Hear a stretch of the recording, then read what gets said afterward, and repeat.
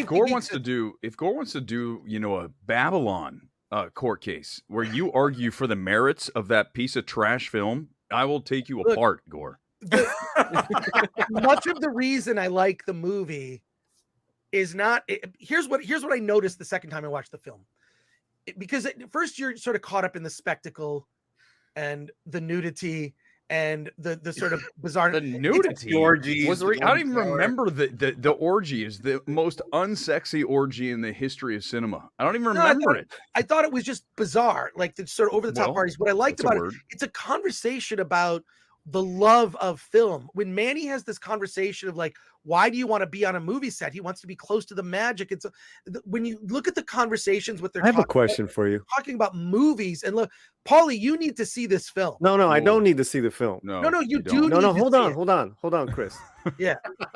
How was this actor? Was this guy any good? Diego. No, I love Diego Calvin. No, listen, no, Alan. He's fine. Great. He's fine. It's not like he is a detriment to the film, but he's also not a best actor. I mean, you guys, we got to stop doing this where we watch somebody and go, oh well, they are the best actor, or they're certainly in consideration. It's fine. It's not a performance that I am going to ever remember. He held his own. Okay, there's a point I'm getting to because I don't care if his performance is actually fine or not. What does he do in the show in this movie? Is he like screwing chicks, and what's his character like? No, he wants to be a producer, a film producer, and he goes pretty far in being able to do that.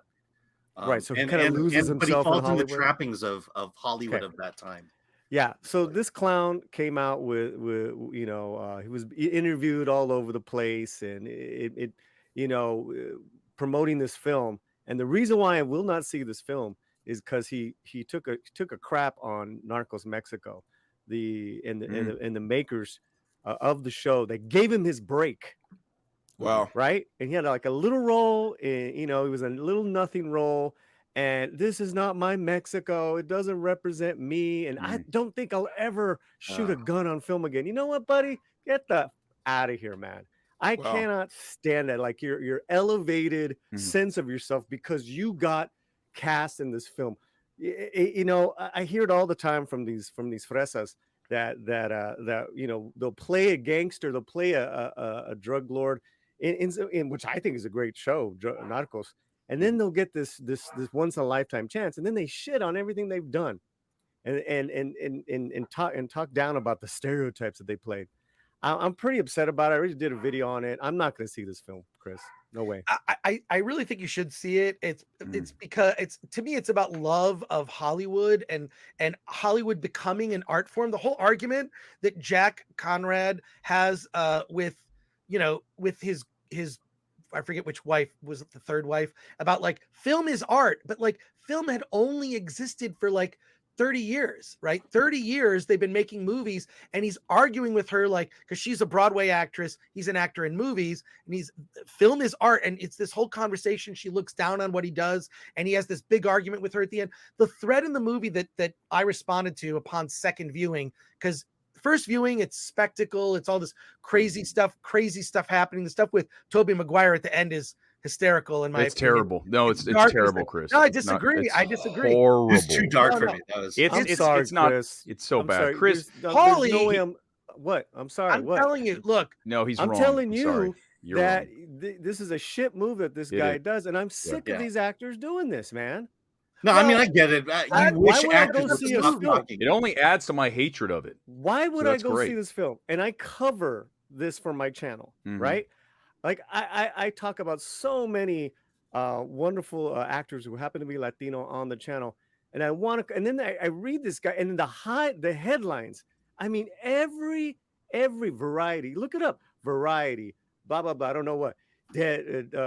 What's his name? Damian Chafa, whatever his fuck his name is. Excuse my language. Puts down Narcos. It's not Mexico. Da da da da da. I'm like, buddy, listen. All the great ones started somewhere. Al Pacino. And by the way, that's not a bad place to start, man. Narcos is a damn good show. It's like saying Godfather is not America. No, man. No, it's you guys are pissing me off. No. Well, it's Chris defending the film. Weber, when you say less the least sexiest orgy scene, are we talking worse than Caligula? Much worse. Worse I mean, than, it's I don't even. That's Perfume? not even. Listen, here's the problem that Gore is glossing over. He's mentioning the thread and all the things that are poignant in the film, and there certainly are.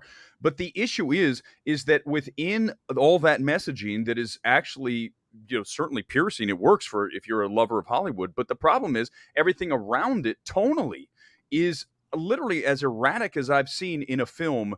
A recent note. I mean, it's been many, many years since I go back to a film that was unable to nail tone as poor. I mean, just absolutely destroyed tone. This film and Gore. It doesn't. You can't have good moments followed by trash, and that's the problem with the film. But for me, it's that contrast, right? Of like the impression of what you think Hollywood is. It's glamour. It's horrific. The scene that they do over and over with Margot Robbie when sound comes in and she has to say, best scene in the movie. Yeah, she has to make her mark and then go over to another place and then she has to say all these lines and they show you like 8 takes in a row of them trying to get it right and everything that goes wrong. And just, look, I've been on a film set. I've worked behind the scenes on a lot of different things. And like that kind of frustration, like when the one person like walked in the door and they just like, the guy says, like they've reached this boiling point and they keep escalating. I love that. You're focusing on one of the 2 good scenes. I just said at the start of this, Gore, you're literally doing what I said don't do. You're talking about one of the 2 good scenes, that and the other one where Brad Pitt is told he's done. That is it. There are 2 really strong scenes, but the other 2 hours and 45 minutes are borderline unwatchable, and you cannot recommend this for anyone to go see. Gore, stop. I'm recommending it. because through and look, and I'm telling you it's flawed. We did a review the other day. The movie, I mean, the numerous flaws, that final montage of the movie. That like was like I was I'm loving this fight, by the way. Huh? I'm loving this fight, by the way. Okay, for me, it's not even a fight. I'm not going to see this film. No, you definitely are. But you guys do your thing. You guys do your thing. I actually have principles with this channel and with backing up actors in films that actually love filmmaking, love being an actor, love the opportunities, and don't talk shit about where they come from. No, thank you. Your principles, Paulie's principles align with the fact that he's going to save himself from sitting through this dumpster fire. I mean, it's perfect for you, Paulie. No, but let me you're just blessed say, this Christmas. Let me just say, I am blissfully unaware of a lot of because I don't pay attention to press and actors saying stupid things. Actors say stupid things. I think a lot of times they are baited by the journalists who lead them, ask a lot of leading questions, like that question about James Cameron came out about toxic masculinity, turned out to be like all out of context. Like that was again another leading question, and so I really ignore that stuff. So because I think it's just pretty. It was not an agenda he was walking into the room wanting to get across. Right. So I don't know. All right, so okay. Well, Paulie sent me a link here. You don't have to. You don't. I'm just pointing out that, this and listen. I get. Hey, can you cover this for the channel? Like, members and subscribers throw me stuff to look at. It's like, okay. Then I saw this and I was like, oh gosh, because there's such an attack right now on the genre of kind of narco, gang films, and it's bad stereotypes of Latinos and Hollywood, and which I completely disagree. Any film that's shit is bad, right? But if they're elevated like Narcos, Mexico, which would arguably like kind of like to me the best gangster television show ever. Yeah, it's gonna make careers. It's made careers. It's made. Sorry, bro. It made careers of Diego Luna and Tenoch Huerta in the States. Those guys rocked those roles, and you know what? They played some devious people. They played some nasty people. We like seeing that stuff. That's entertainment. So when this homeboy who has a little role in it, in Narcos, talks the trash about this TV show, very talented writers, directors, and then not to mention all the people they hired in front of the camera, I get a little, I'm just done. I'm done. We're talking about what we learned from Hollywood this past year, Gore. I'm done with that shit. You know, why am I going? I don't have to talk about anyone that's a Latino in the business just because they're Latino. Oh, you know what I'm saying? You got to do this, Paulie. No, I don't got to do shit. I'm going to talk and I'll review it, right? And if you guys know, I go with you all the time. I pay for my ticket, whatever. Right. Oh, I'm sorry. I get really no. Look, I think in order to have an opinion about it, you need to see it. That's kind of like, I mean, know, like, and I would like to, even if you agree with Erick Weber, and look, Eric is ignoring the fact that I pointed out all the flaws and problems I had with the film. I'm saying that for me, it outweighed it because of this constant thread in conversation about love of cinema. And I especially love movies. It's mostly set in the 20s. It kind of goes through the 30s, but I love that era is amazing. I love it too. Even everything from the architecture to the clothing to just the attitude. I love this filmmaker. I loved all of it. First Man, right? Yeah, First Man. Erick Weber. I saw what he was had to say about it, and then Cameron Pasha. They're both saying, skip this one, and we love this guy. So I'm like, all right. Oh, Eric, you're muted. You're muted, Eric. You're muted. My bad. You're muted. So Damien Chazelle is one of the most talented filmmakers out there. There's no question. I mean, we can't. That's not even up for debate. But after this film, his stock is going to take a massive hit. I mean, there's no question about it.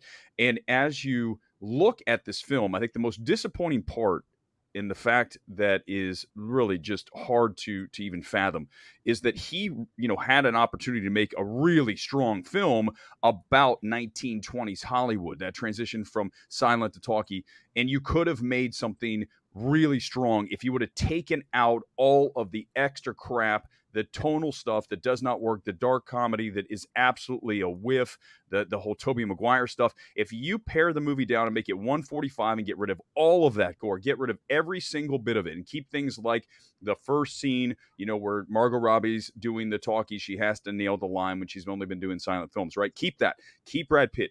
But get rid of everything else, like the elephant taking a crap on top of everybody to start the movie. This is why the movie's bad, is because the good is absolutely gutted by the bad. Yeah, he was a filmmaker who was not prepared for all the money that Hollywood gave him to make this movie. Well, I'll just say it's ambitious, and I do agree about the running time. There is a great 2-hour movie in this 3-hour movie. Okay. And this self-indulgence, this 3-hour running time thing, I'm just so over it. Like, you have to plot out. For me, Chris, wait, I'm gonna see it. I'm gonna see it during the break just for you, Chris. All right. I appreciate it. I appreciate I'm gonna review it. And you should dedicate your review to me. I will. Because I convinced you. All right, I'll be right back. Alan, you have the con. Alan, you have the con. Alan, so let me just, Alan, you guys, I want to throw something out there. And this is exactly what Gore just said about the 3-hour runtime. We have an issue, a systemic issue in Hollywood, where the studios are so eager to work with the filmmakers. In this case, Paramount, with Damien Chazelle coming off of La La Land and First Man, and certainly Whiplash before that. And they're like, we want to work with him. He's making a movie about 1920s Hollywood. So here, go ahead and do whatever you want. And that is the problem. The studios are letting these directors make the exact film they want to make. And I know that sounds like, oh yeah, that's great. No, you still need some level of studio control. You need somebody like myself to step in there and say, this movie is an hour too long and the script's not even, we need to redo the script. We need, before it even gets made. That's the problem, is they're just saying, make the movie you want to make. And it's not working out. That is the producer's job to do that. Yeah, but the producer was the star of the movie. Mm-hmm. Not only that, the other part is the producer has to have so many yeses per year, fiscal year, in order for them to maintain their job. And in some cases, they might get an idea that's so tantalizing to them that they realize, oh, we got to do this now. So you forego all the development, all the need to actually make a great story just to get the product done and out there so that you can make your mark within the studio. That is also a terrible thing. And that has to do with bad negotiating contracts and bad terms business dealings within the studio system. But what about, when we look at the studios and studio heads nowadays, and you go back to, and I know this is always going to be a real touchy subject, but I'm going to say it and I'm going to make sure everything is out there. When you look at Harvey Weinstein, okay, and Harvey Weinstein, listen, just remove, obviously, piece of garbage human being, okay, just let's all this, Sure. Let's get rid of all that, get rid of all of it. No one's arguing that, no one's suggesting that. But what he was good at was making sure that his filmmakers came in at 140, at 150. He just demanded it. I mean, look at what he did with Bong and Snowpiercer. They got into a huge argument about that film.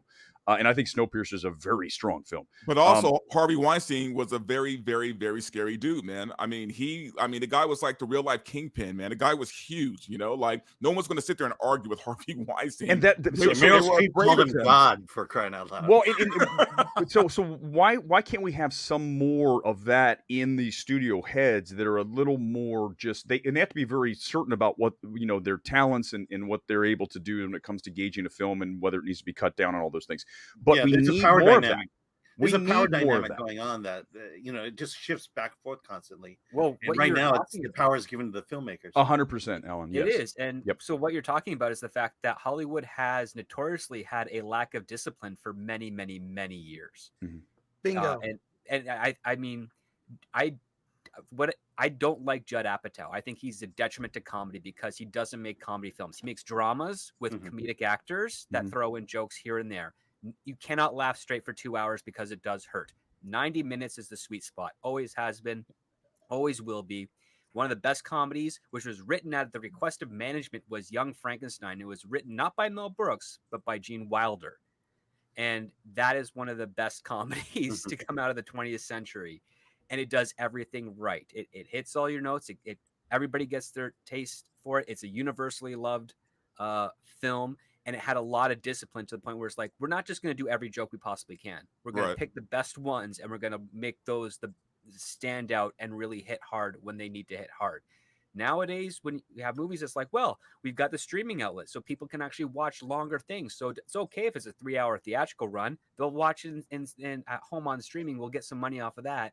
And they completely forget that, people have biological needs in a theater. They have to go to the washroom and you don't do intermissions. So therefore you're screwing over the theaters from getting chances on concession sales and other aspects of the theater going experience. You're essentially holding your audience hostage. And if the movie happens to be amazing and 3 hours long, they're not going to want to leave, which means that you're going to have a massive floodgate, to the restrooms right after every showing. And that's also, and I've been in those situations before. And that was like the late 90s, early 2000s for like revival films and whatnot.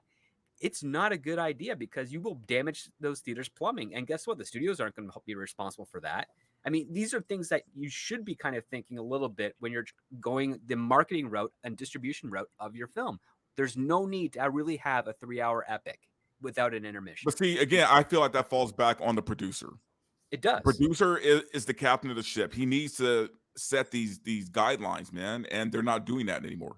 Because they're friends, they're buddies, right? I mean, like in this case, like Pitt, he's not going to go up to Giselle. Again, I trust you. I trust you implicitly, and that's the problem. I think a lot of times a 3-hour running time is a movie that is important, and it's in search of awards recognition, and that's what this movie Babylon is. It's a movie that's seeking out, like, please nominate me. But look, Eric, we agree more than we disagree. Because all my criticisms, when I said the running time, but I found more to like in it than perhaps you did. I did, but it's the moments. It's the moments, and then the outside those moments that is unbearable. So I can't. It's not worth trudging through. It's pearls before swine. You have to really dig to find those pearls. Yeah, you do. Isn't that true? Well, you know what? I enjoyed it a second time, but the flaws stood out. Even that montage, like that to me, like. Ooh. How do you make that the button of your movie? It ruins Singing in the Rain. It makes it even worse. Yeah, it does. That's what I'm saying. Yeah. Like that thing, just like